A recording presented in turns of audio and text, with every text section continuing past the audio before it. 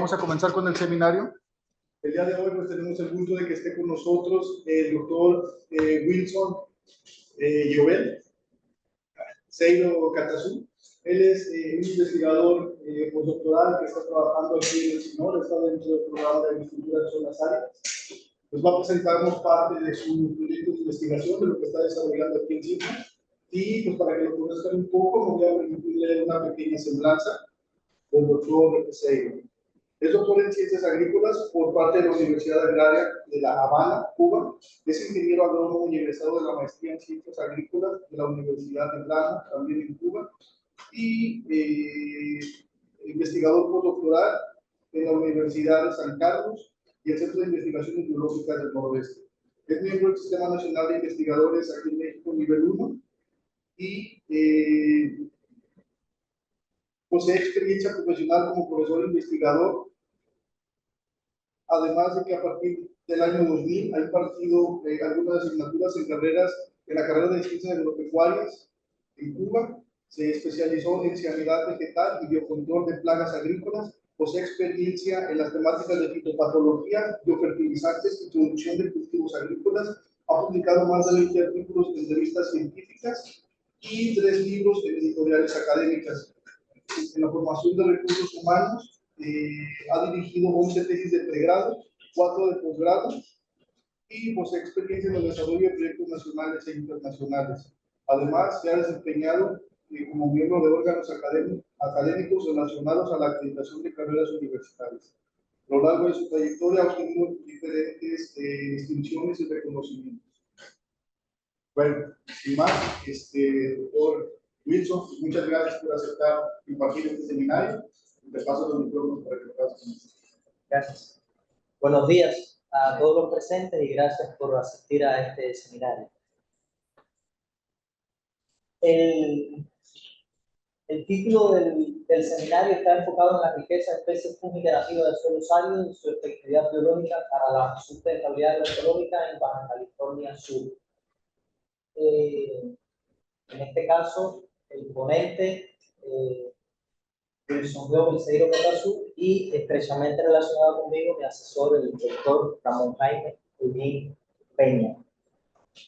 Decir que lo que se va a presentar en este seminario es a partir de la aprobación de un proyecto postdoctoral CONACYT que lleva el número 621462, aprobado para su ejecución a partir de febrero de este año 2024. Recientemente estamos comenzando el proyecto y el trabajo hasta el año 2026, si Dios lo permite.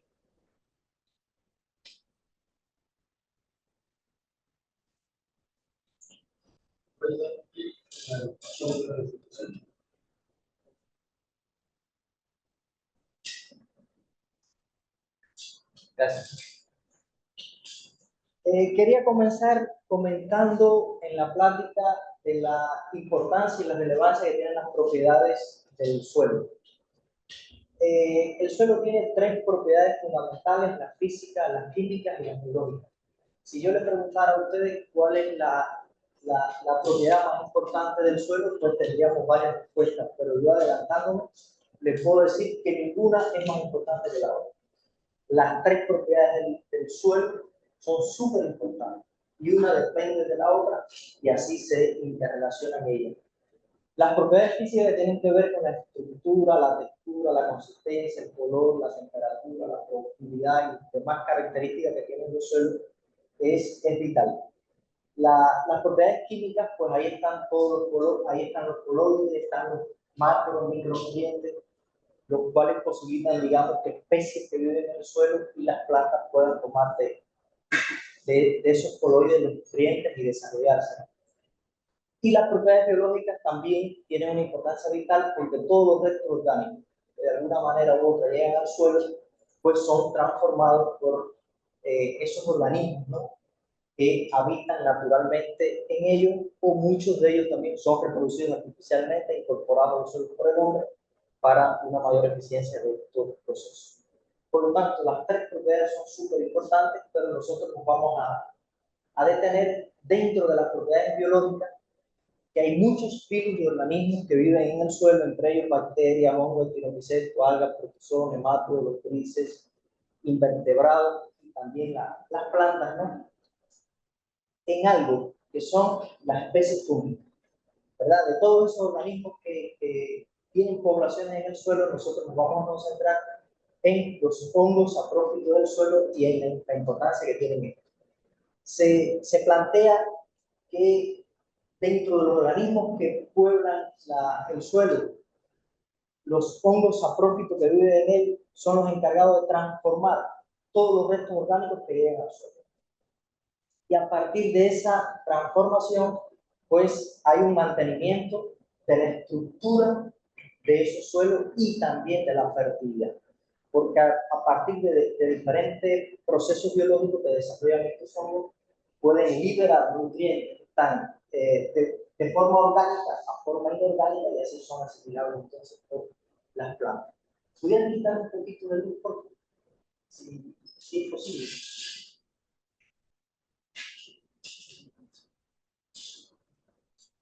De acuerdo con David y colaboradores, en el año 2000, él plantea las funciones biológicas de la comunidad fúngica que habitan en el suelo. Fundamentalmente, estos autores se basan en la producción de antibióticos que tienen las especies fúngicas que viven en el suelo, la producción de enzimas, de sideróforos, y además de eso, ellos hacen también referencia a la parte de la solubilización de nutrientes. Entre ellos el fósforo, potasio, zinc, pero también hierro y otros elementos que son sumamente importantes. En el caso del fósforo, tengo que argumentar que las plantas absorben este elemento gracias a la actividad biológica que logra pasar de forma orgánica a forma inorgánica el fósforo para que así sea asimilable para las plantas. De lo contrario, las plantas no pueden adquirir este macronutriente, que es el segundo en importancia después del nitrógeno, para su crecimiento y desarrollo. Por lo tanto, las especies fúngicas entonces tienen una importancia vital para los procesos de nutrición de las plantas. Existen varios géneros de especies fúngicas que viven en el suelo que tienen importancia para la suministración de nutrientes.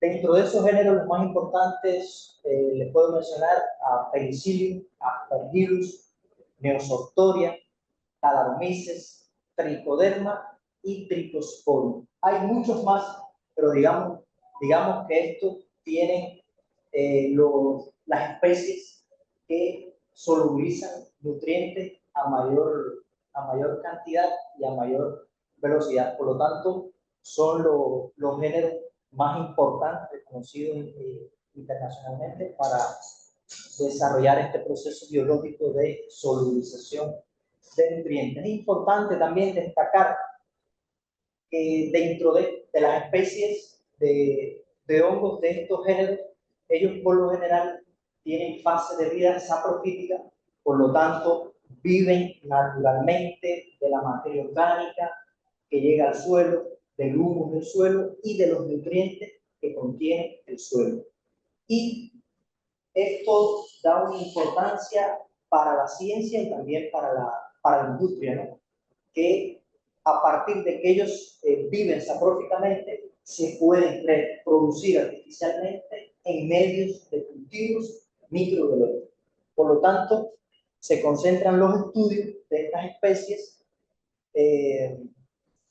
fundamentalmente por eso, porque tienen capacidad de vivir saprofíticamente y así el hombre es capaz de aislarlo y reproducirlos artificialmente en condiciones controladas. Bueno, tienen que tener mecanismos de acción estos organismos, ¿verdad? Para poder solubilizar los nutrientes que hablábamos anteriormente. Se valen fundamentalmente dos vías: la síntesis de ácidos orgánicos, dentro de ellos el ácido tartárico, el succínico, oxálico, dioxílico, fumárico, cítrico, entre otros ácidos, y la actividad fosfatasa. Se dice que estas especies tienen una actividad en esta fosfatasa que permite a través de esa enzima, de la liberación de esa enzima, pues liberar el fosfato, ¿verdad? El fósforo a nivel inorgánico para que este sea asimilado. Existen también otros géneros de hongos que tienen un efecto importante en el biocontrol. Dentro de estos géneros podemos mencionar tricoderma, ampliamente conocido por su modo de acción como antagonista, el género Boveria, Perticillium, Coniotherium, Poconia gramidosporia, el género Gliocladium, Metarrhizum y Phaeolomyces.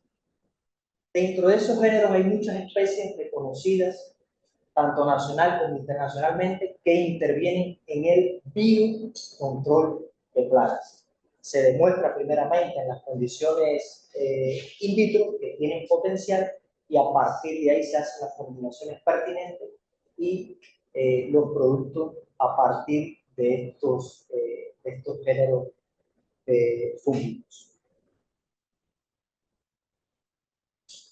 Para el antagonismo y para usar estas especies en el biocontrol, los principales mecanismos de acción que se conocen es la competición, ya sea por espacio o por nutrientes de estas especies fúngicas, la síntesis de antibióticos y enzimas, que también son importantes como mecanismo de acción en estos organismos, el micoparasitismo, que es la acción directa de ese hongo sobre el hongo, en este caso fitopatógeno, y otros mecanismos que están relacionados con la activación de los mecanismos de defensa de las plantas, la promoción del crecimiento y la producción de sideróforos. Esto de la producción de sideróforos es algo muy interesante porque a partir de los pelos radicales de las raíces se van, a partir de la interacción entre estas especies fúngicas y las plantas, se van liberando compuestos y se va haciendo una formación de pequeñas partículas de suelo en mucílago que tiene un efecto interesante para la nutrición y para el antagonismo contra determinados patógenos. Bueno, los antecedentes de la micología en la región, sí, de estudios micológicos en la región, sí existen, y en la década del 80 se realizaron varios estudios por la Universidad de Baja California, más al norte, pero compete a la región de la península, y dentro de esos estudios que se publicaron, pues se reconoce la presencia de 118 especies de hongos, de ellos 5 ascomicetes y 113 baciliomicetes, que en esos estudios resaltan la importancia de esas especies fúngicas en la región como hongos macroscópicos, muchos con importancia alimenticia y otros de importancia también para tenerlos en colecciones en los laboratorios y en herbarios, aquellos que crecen macroscópicamente. De igual manera, otros estudios hasta la fecha se han publicado sobre, más bien enfocados sobre la actividad de biocontrol de esas especies fúngicas sobre determinadas enfermedades y plagas. Como objetivo general, proponemos caracterizar la riqueza de especies fúngicas nativas de los suelos áridos del estado de Baja California Sur para la evaluación de las potencialidades biológicas como biofertilizantes para el control de enfermedades en cultivos de importancia agrícola regional.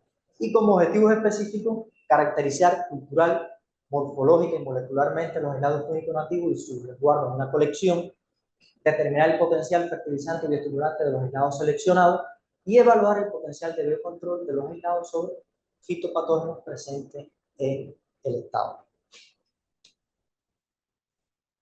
Se presenta el flujo de trabajo, ¿no?, que va a tener el proyecto, y iniciamos con los muestreos de suelo.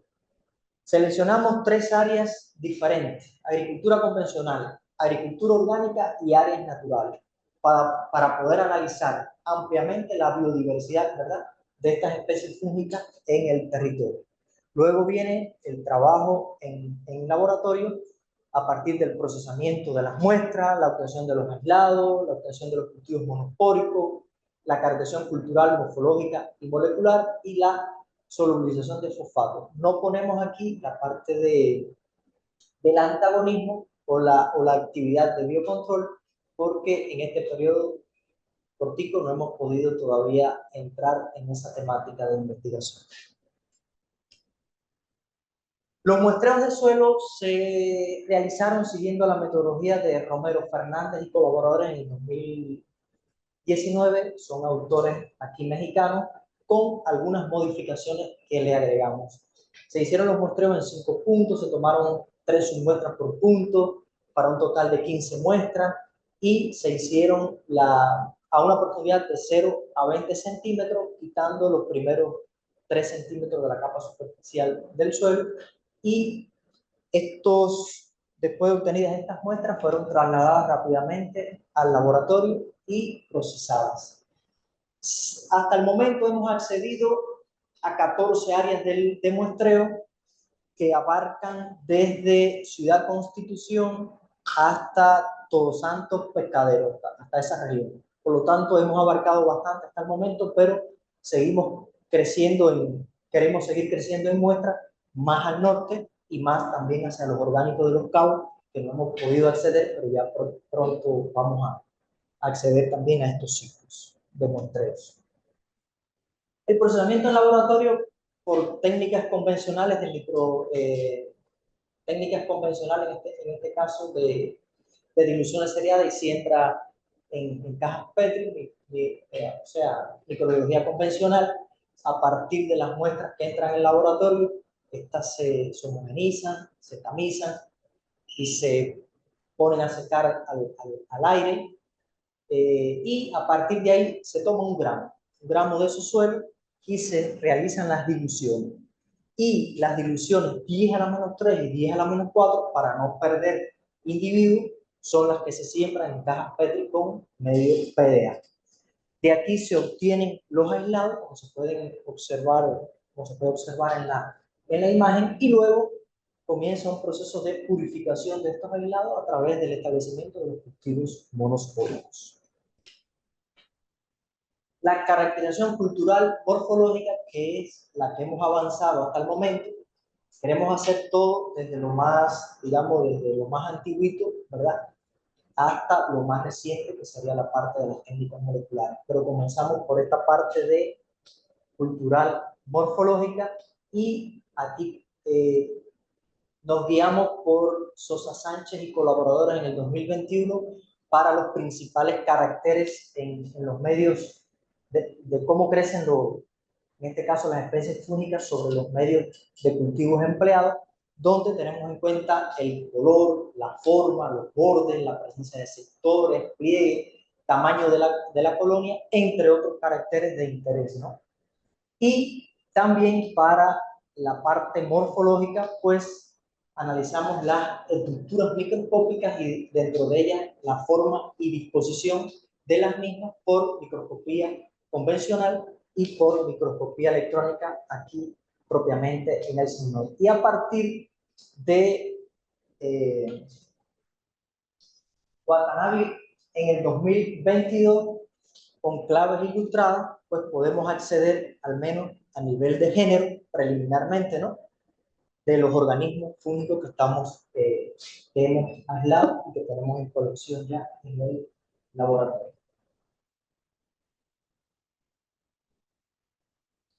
La solubilización de fosfato, estamos utilizando el medio agar-picoscaya modificado de acuerdo con Nopparat y colaboradores en el 2009, y determinamos la eficiencia relativa a la solubilización.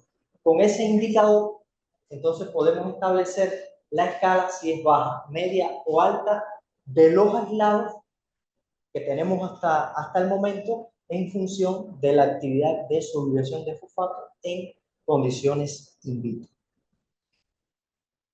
Como resultados preliminares de la caracterización de los aislados, podemos informar que contamos hasta el momento con 8 géneros fúngicos diferentes y 50 aislados ya coleccionados y preservados en el laboratorio. Los más abundantes hasta el momento son Aspergillus, el género Aspergillus con un 30%, Penicillium con un 28%, Fusarium con un 14% y por debajo de un 10% los géneros Rhizoctonia, Phytophthora, Periconia, Mirotemia y Circinella. Se pueden observar en las imágenes que son procedentes de nuestros aislados el crecimiento cultural y microfotografías tanto de microscopía convencional como microscopía electrónica, que ya hemos ido accediendo a esta tecnología.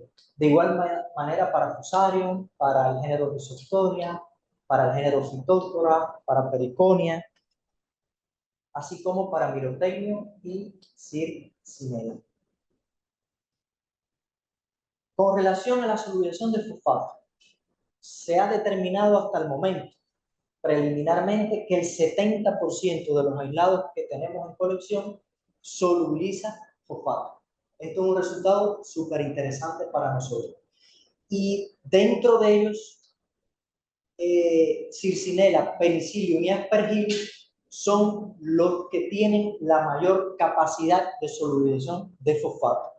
Mirotemio y Fusarium sí solubilizan, pero a niveles bajos. Y Rhizoctonia, Phytophthora y Periconia, los representantes de estos géneros, no solubilizan fosfato. Por lo tanto, hay una diversidad de géneros y también hay una diversidad y una diferenciación en su capacidad para la solubilización de fosfato. Rhizoctonia y Phytophthora son organismos que se caracterizan por producir enfermedades en las plantas, pero tienen una fase de vida saprofítica que también los podemos detectar en el suelo, viviendo de los restos orgánicos que allí llegan, y se activa, digamos, la fase parasítica de ellos cuando está el hospedante, en este caso común, que ellos afectan, pues ahí se activa a la fase parasítica y producen la enfermedad. Mientras están naturalmente viviendo de los nutrientes y de los restos orgánicos que llegan al suelo. Se pueden observar aquí claramente los halos de solubilización en este aislado, que es el 14A4, y aquí se puede observar en un aislado que no solubilizó, el WU2A4, que este sí no tiene capacidad ninguna de solubilizar los fosfatos. Por lo tanto, se accede a una técnica que no es muy compleja, ni es tan costosa, y se tiene ya un resultado preliminar si tiene capacidad o potencial este aislado para la solubilización de fosfato y la liberación, en este caso, de fosfato. Desafíos a corto plazo. Bueno, a corto plazo, porque realmente 2 años pasan muy rápido, ya han transcurrido prácticamente 5 meses, 6 meses, perdón, y realmente tenemos que involucrarnos en los análisis metagenómicos.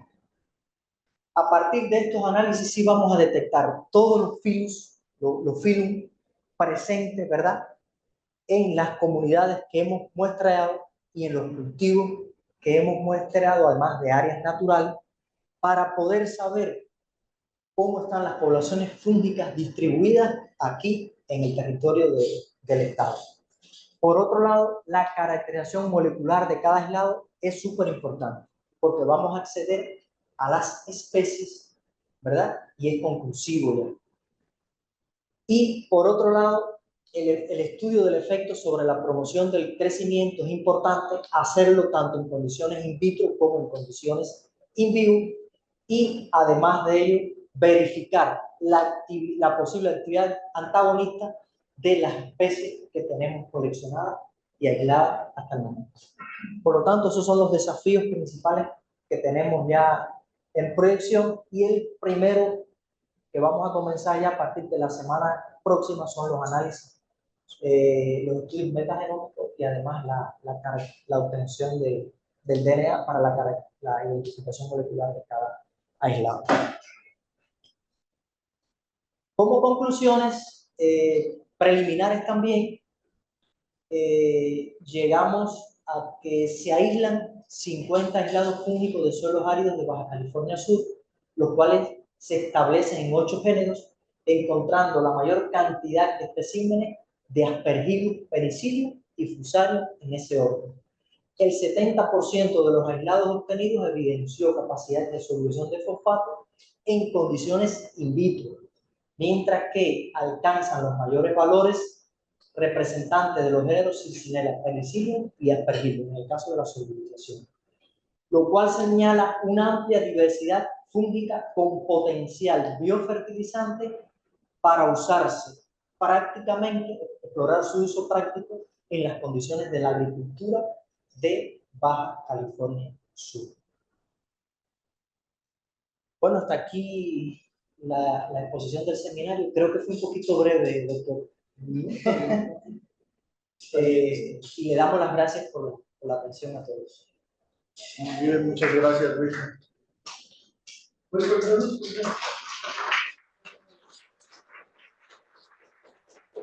pues ahora vamos a pasar a la sesión de preguntas. Si tienen alguna pregunta, algún comentario, por favor levanten la mano. Igualmente, quienes nos están viendo por Zoom, si tienen alguna duda, algún comentario, pueden abrir su micrófono o escribirlo directamente en el chat. Si tienen una pregunta, adelante.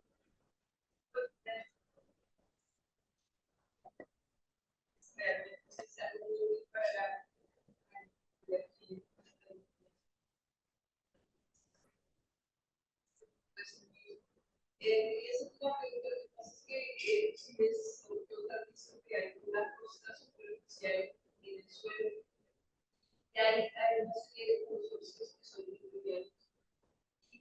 No entiendo por qué en algunos de los casos si ese consorcio está muy superficial, porque me surge la duda de por qué lo raspas si es. Sí.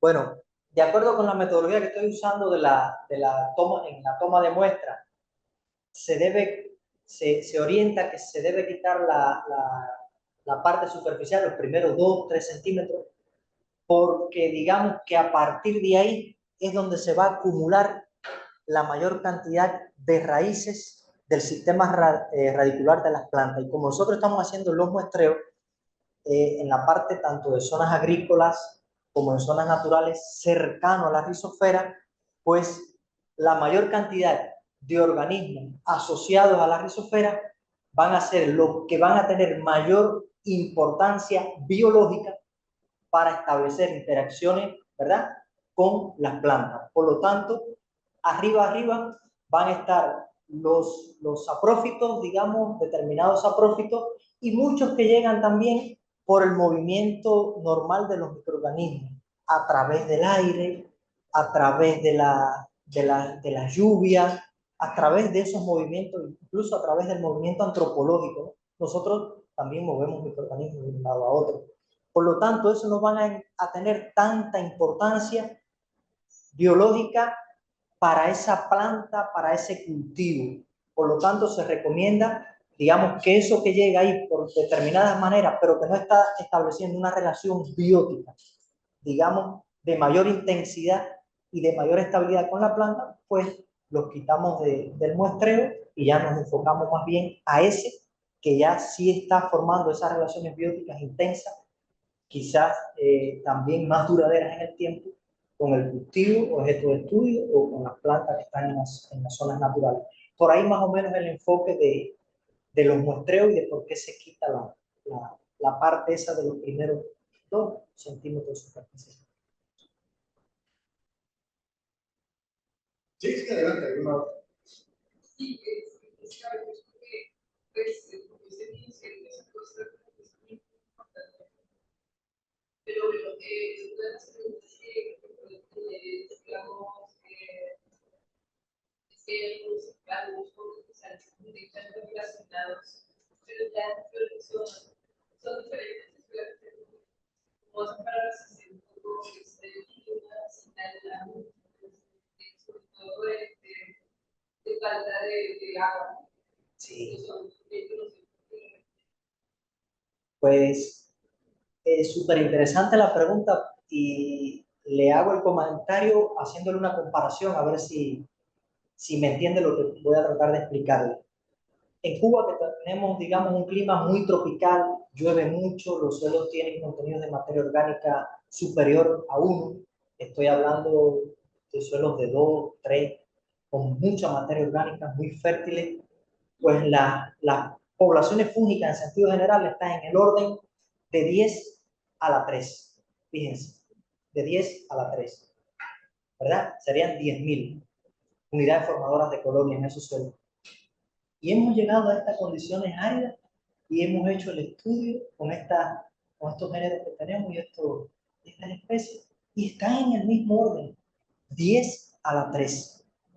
Entonces, fíjense si están bien adaptados a estas condiciones, que no hubo, o sea, no hay variabilidad cuando yo hago esa comparación, ¿no? De aquellas condiciones climáticas con estas, no hay variabilidad, se adaptan a este clima, a estas condiciones edafológicas de pocos nutrientes, de suelos muy sueltos, de poca humedad, de temperaturas muy variables, que está en la mañana a 13 grados y en la tarde a 30 y tantos, pues se adaptan muy bien y mantienen, digamos, esas poblaciones en unidades formadoras de colonia en ese orden, 10 a la 3. Un poquito bajo, 1, 2 por 10 a la 3, no como allá en aquellos suelos tropicales de Cuba que están en 4 o 5 por 10 a la 3, pero sí mantienen esas poblaciones en unidades formadoras de colonia a ese nivel. Muy interesante, a mí me resultó muy interesante porque yo esperaba poblaciones bajas, incluso tenía la sospecha de si sembraba a partir de 10 a la 2, porque podía encontrar muy poco propágulo de hongo, ¿no? Y hice las pruebas, sembrar 10 a la 2, se llenaba mucho la placa. Las pruebas preliminares no me resultaban. Entonces tuve que sembrar 10 a la 3, o sea, la dilución a la menos 3 y a la menos 4 para obtener entonces una cantidad de colonias que fuera trabajable en condiciones de laboratorio y así proceder con esto. No sé si responde a su pregunta.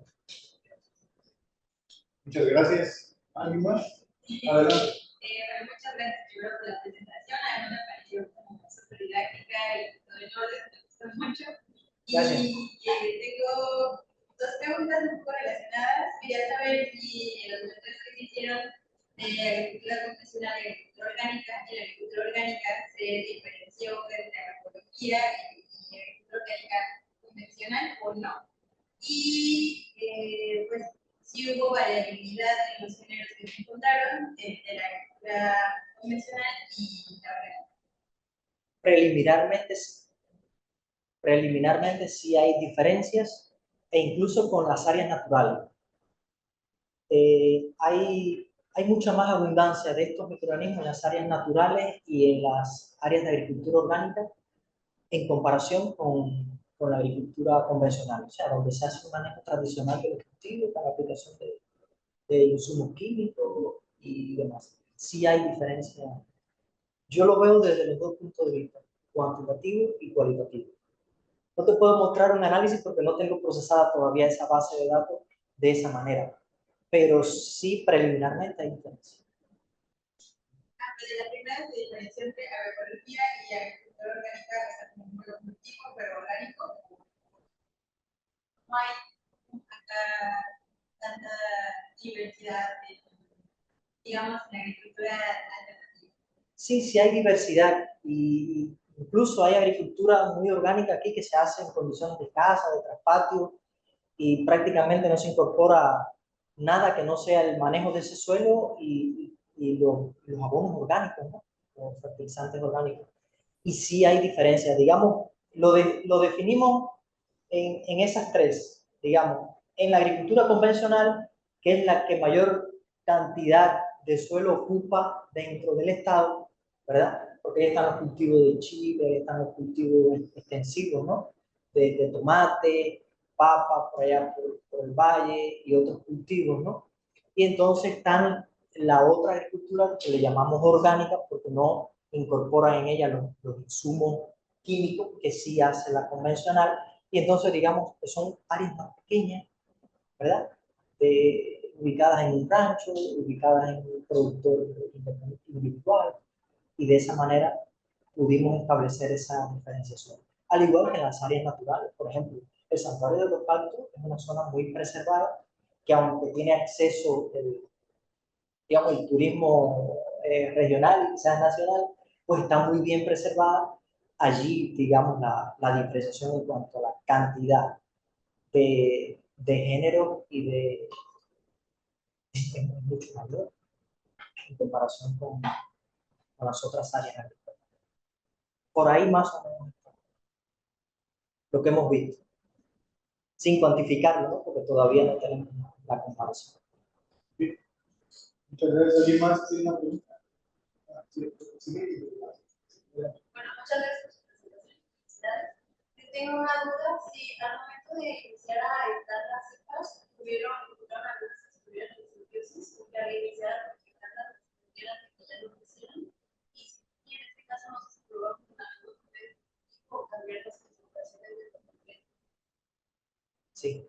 Bueno, utilizamos fundamentalmente PDA, papa de Estrozagar, y no tuvimos problemas con los aislados. Crecieron muy bonito, crecieron muy bien, realmente. Pero sí tuvimos problemas con de algunos aislados con la adaptación. O sea, después del tercer paso en medio de cultivo, no crece. Ni en medio sólido, ni en medio líquido. Y eso lo vi en algunas especies de Penicillium y Aspergillus, que son aislados porque no sabemos todavía cuál especie es. Con esto llegamos nada más hasta nivel de género. Nivel de especie lo vamos a tener conclusivo por biología molecular. Entonces, sí me resultó interesante eso. Que hay algunas especies que, aunque sabemos que son saprófitas, porque las logramos aislar, no se adaptan a las condiciones del medio de cultivo y las perdemos. En ese caso son las mínimas, pudiera decirte que un 1%, más o menos, pero sí se da el caso. Gracias por la pregunta. Muchas gracias. El producto que vayas a cubrir, porque viene siendo como el granero, no se queda contemplado por el tiempo exactamente esta posibilidad de producir en ese año. Sí, de hecho sí. De hecho sí, tenemos previsto hacer muestreos en esa área.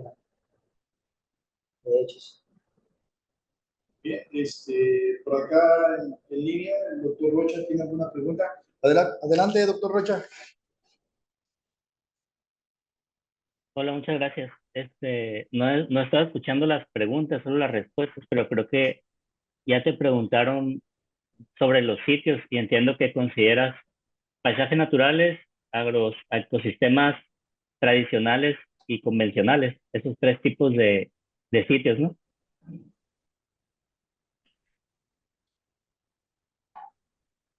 ¿Puedes repetir la pregunta, doctor? Disculpe. Entiendo que estás considerando tres tipos de sitios, que serían paisajes naturales, eh, agroecosistemas tradicionales y convencionales. Ajá.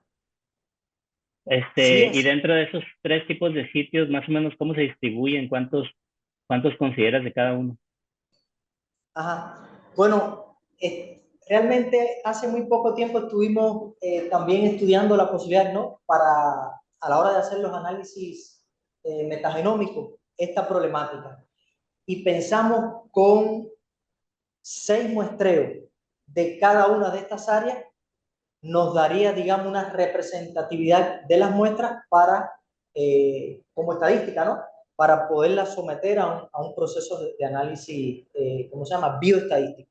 Estamos evaluando mínimo unas 6 muestras representativas de cada una de estas áreas para utilizarse entonces ya en todo el proceso. Ok, pero en todos los casos, ¿estás muestreando solamente suelo o estás considerando raíz o rizósfera o algún otro tipo de localización de la muestra? No, lo que estamos muestreando es a una profundidad, digamos, de 0 a 20 centímetros alrededor de la rizosfera vegetal. Así estamos haciendo los muestreos. Ok. ¿20 centímetros dijiste? Sí, a una profundidad de hasta 20. No, pero ¿qué Sí. tan lejos de la raíz? Bueno, es en los primeros, digamos, entre 5 o 10 centímetros cercanos de donde ya se ven las raíces en este caso cuando hay cultivos, ¿no? Más o menos por ahí está, entre 5 o 10 centímetros, próximo a la Ok, rizosfera de las plantas. en algunos casos hay una planta y en otros casos solo es suelo sin planta. Repita la pregunta, por favor, el comentario. Que si en algunos, que si en algunos casos es rizósfera, o sea, hay una planta, y en otros casos es suelo donde no hay plantas. Es pregunta. Pues es que en las áreas naturales, digamos, siempre también va a haber representantes naturales y eso lo tenemos en cuenta también. Hacerlo próximo, digamos, a la rizosfera de las plantas que están en esos ambientes naturales. Ok, entonces la respuesta es que en todos los casos es una muestra de suelo cercano a una planta. Sí, de la Ah, ok. rizosfera. Sí, Sí, esa era mi pregunta. ¿Qué exactamente. tipo de muestra tienes? Si la tienes representado, si tienes los datos de qué tipo de planta es, porque va a ser importante para tu análisis y analizar la riqueza o diversidad o lo que quieras mostrar. Entonces, pues ojalá sí se pueda encontrar, llegar a alguna conclusión en cuanto a la especie o el tipo de paisaje que estés considerando. Y la otra cosa que te quería preguntar es, ¿por qué solamente considerar PDA? Desde el punto de vista yo que conozco más de bacterias, más, más que el origen de la muestra, la limitación para aislar es el medio de cultivo. O sea, si yo tomo suelos bien diferentes y me voy al mismo medio de cultivo, voy a encontrar las mismas bacterias siempre, porque el medio selecciona más que el ambiente. Entonces, no sé si, y lo que hacemos para el caso de las bacterias es utilizar diferentes medios o bien selectivos o diferentes fuentes de carbono, condiciones. No se hace esto en el caso de los hongos, no esperarías encontrar mayor riqueza de especies si usas 2, 3, 4 medios diferentes. Sí, a ver, el comentario anterior sí está muy interesante y lo vamos a tener en cuenta. Digamos que de cada una de las áreas de los muestreos, tener en cuenta cuando no hay cultivo, que es en área natural, las especies de plantas presentes, sí, lo hemos tenido en cuenta, lo hemos registrado.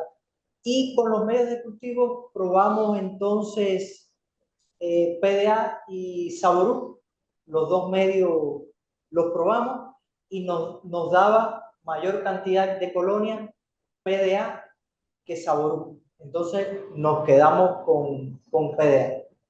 Así comenzamos en el principio, haciendo pruebitas piloto, en este caso con esos dos medios de cultivo, y el que mejor resultado nos dio fue el PDA. Y por lo tanto ya comenzamos a trabajar con el tema de Más de los aislados.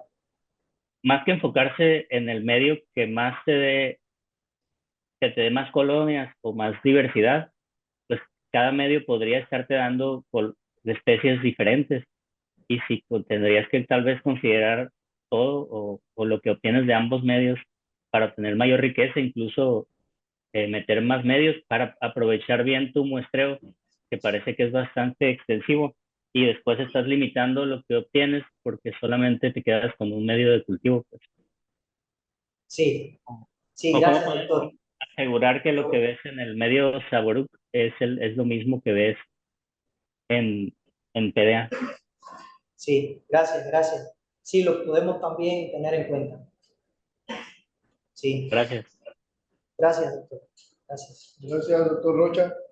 ¿Alguien más tiene alguna pregunta, algún comentario? Gracias, doctor Montiel. Bien, gracias, doctor. Bien, usted. Oye, ¿hicieron análisis de suelo de las muestras? De análisis, digamos, químico-físico, no. Tenemos las muestras preservadas con ese objetivo, pero no lo hemos hecho todavía. La caracterización, digamos, química, químico-física, no. Yo creo que es muy importante todo eso, porque finalmente el hongo está sobreutilizando fósforo. El fósforo de dónde viene.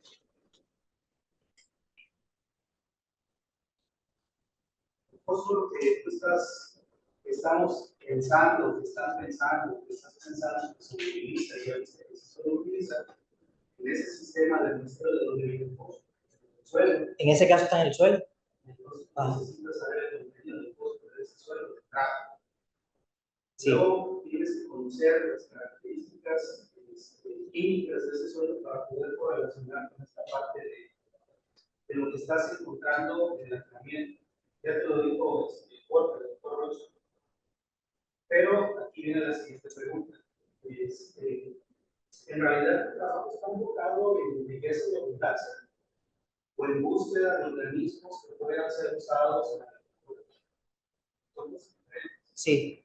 No, está enfocado en el posible uso de esos organismos, ¿no? Entonces, a lo mejor tu estrategia es que se aíslen en un medio tradicional, que no que complique la existencia más adelante, que nada sirve encontrar un organismo muy bueno, que que crezca en un medio específico, que sea problema de la producción a biomasa. Entonces, tu enfoque es comenzar ahí, la serie de esa. La otra es, no puedes hablar de una riqueza, de una abundancia, estás trabajando en una distribución media.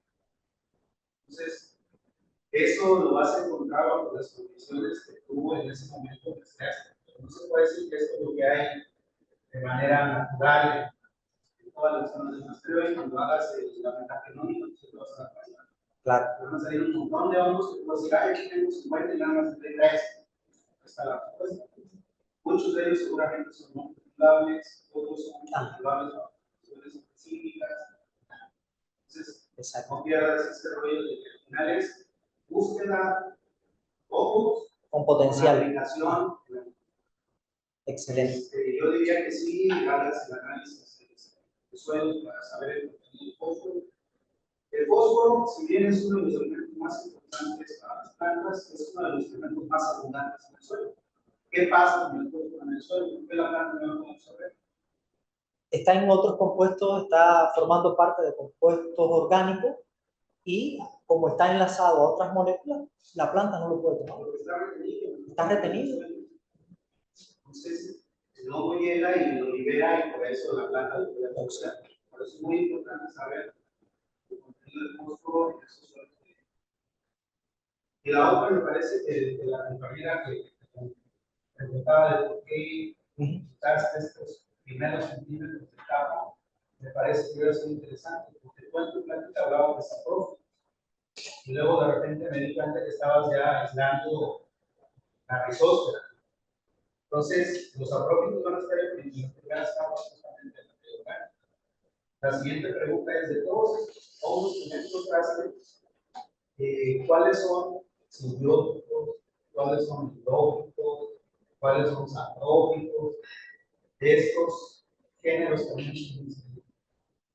Si no lo tienes todavía, me parece que es un buen dato saber, porque de ahí lo que estás obteniendo en la muestra.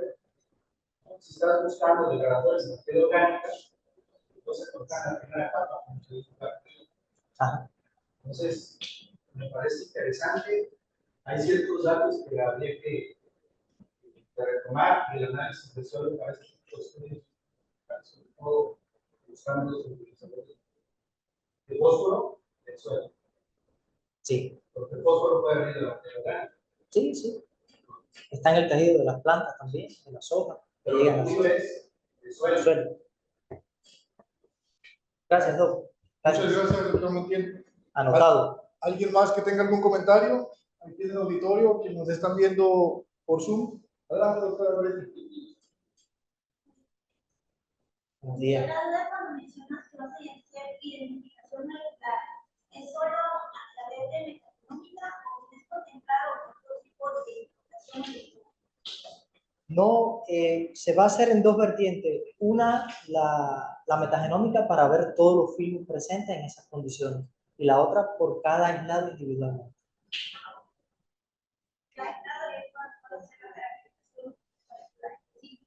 Sí, para llegar a una identificación a nivel de especie de ese organismo. Y para los datos económicos, ¿qué metodología tienes planteado?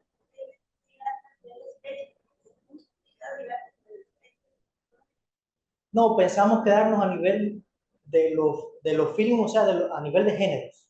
A nivel de género. porque a nivel de especie yo creo que ahí sí no vamos a poder llegar. Es mucho, va a ser mucha la cantidad de especies. Pensamos quedarnos ahí hasta los géneros.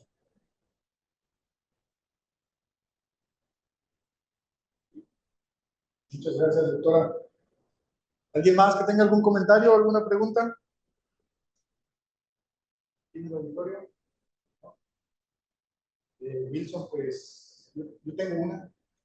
Es totalmente desconocimiento, no es totalmente mi área esta parte, pero me llama mucho la atención parte de lo que te comentó el doctor Montiel, de que encuentras algunos hongos que pueden solubilizar fosfatos, ¿no? ¿Cómo es ¿Pudieras platicar un poquito de este mecanismo de la solubilización de fosfatos? Me imagino que es para que esté disponible, para que la planta lo pueda utilizar como nutriente, ¿no? Y ahorita el doctor Montiel hizo un comentario de que tiene muy poca movilidad del fosfato. ¿Nos pudieras platicar, por ejemplo, en qué estado químico está el suelo? ¿Cómo lo agarra el microorganismo? ¿A qué lo tiene que transformar para que lo pueda aprovechar la planta? Sí, por aquí, a ver si nos ayuda.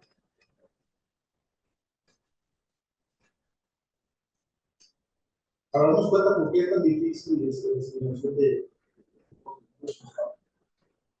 Realmente el fósforo en el suelo no lo vamos a encontrar fácilmente libre, o sea, en la forma química del fósforo.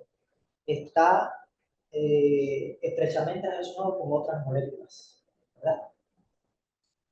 Formando fosfatos y otros compuestos.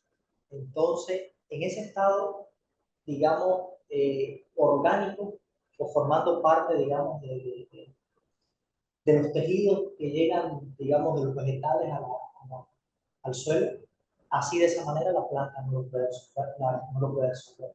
Ella absorbe el fósforo cuando está libre, químicamente hablando, ¿no? Cuando está libre, como fósforo sí lo puede absorber. Como yo. Como ion, como ion. Imagino que Valencia no sé, Tres más, creo. Entonces, así lo puede tomar la planta, incorporarlo a sus tejidos. Entonces, ¿qué pasa? Que hay mecanismos que permiten, digamos, que esos fosfatos o esas moléculas que están donde está capturado el fósforo, ¿verdad? Que no está libre ni disponible en este caso para la planta, por diferentes mecanismos de acción, los hongos rompen esos enlaces y se liberan los iones, en este caso del fósforo, y en interacción con las raíces de las plantas, pues ya las plantas las pueden absorber, las pueden incorporar. Es fundamentalmente los hongos y otros organismos lo que hacen es síntesis de ácidos, de sustancias, ¿verdad? Que son ácidos, y esos ácidos rompen esos enlaces orgánicos y así van liberando iones. De igual manera, otras especies usan la actividad fosfatasa con la enzima. También esa enzima tiene la capacidad de romper los enlaces esos donde estaba capturado el fósforo en las moléculas orgánicas, se libera a forma iónica, forma química, libre, y ya la planta también lo puede absorber de esa manera. Así más o menos funciona en el suelo la parte de ese proceso de absorción a partir de las raíces de la planta del fósforo. Es un proceso complejo. Sí. Y entonces es un macronutriente súper importante para las funciones biológicas y metabólicas de la planta. Y la única manera de obtenerlo es a partir de ahí. Sí, esta parte de nutrición. Muy La interesante. disponibilidad de nutrientes es súper compleja, ¿no? Es muy complejo. Sí, gracias. Sí.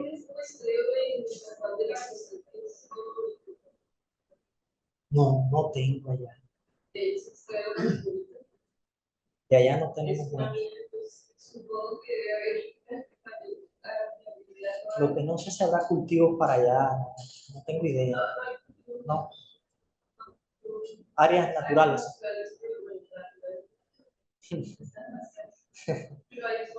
Sí.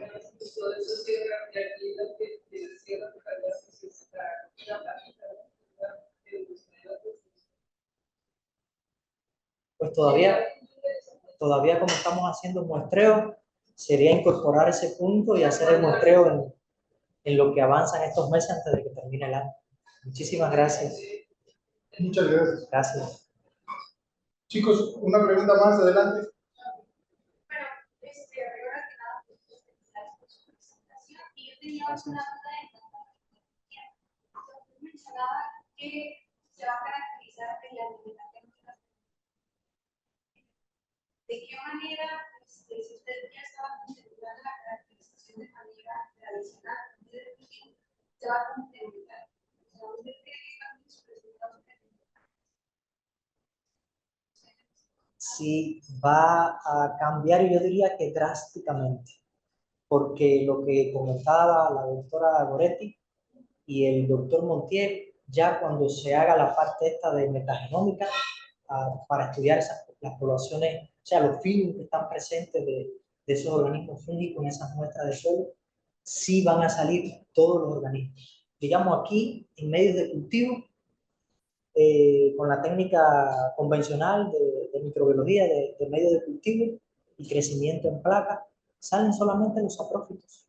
Pero hay otros que, digamos, que no son saprófitos, que son parásitos obligados, que puede haber material genético de ellos ahí, van a salir también. Entonces sí cambian drásticamente los resultados. Y se puede ver digamos, la calidad, ¿no?, con la que van a salir los resultados después del estudio por técnicas moleculares, en este caso los análisis metagenómicos. Sí, sí va a cambiar muchísimo, es nuestra apreciación, grandemente. Bueno, pues muchísimas gracias. Doctor Wilson, estamos ya sobre la hora. También por respeto a los chicos, a lo mejor tienen otra clase. Pues bueno, ya solamente me queda agradecerte nuevamente por haber dado esta charla, muy interesante. Y bueno, chicos, también a ustedes por haber asistido al seminario. Gracias a todos, gracias, doctor. Gracias, damos por terminada esta sesión.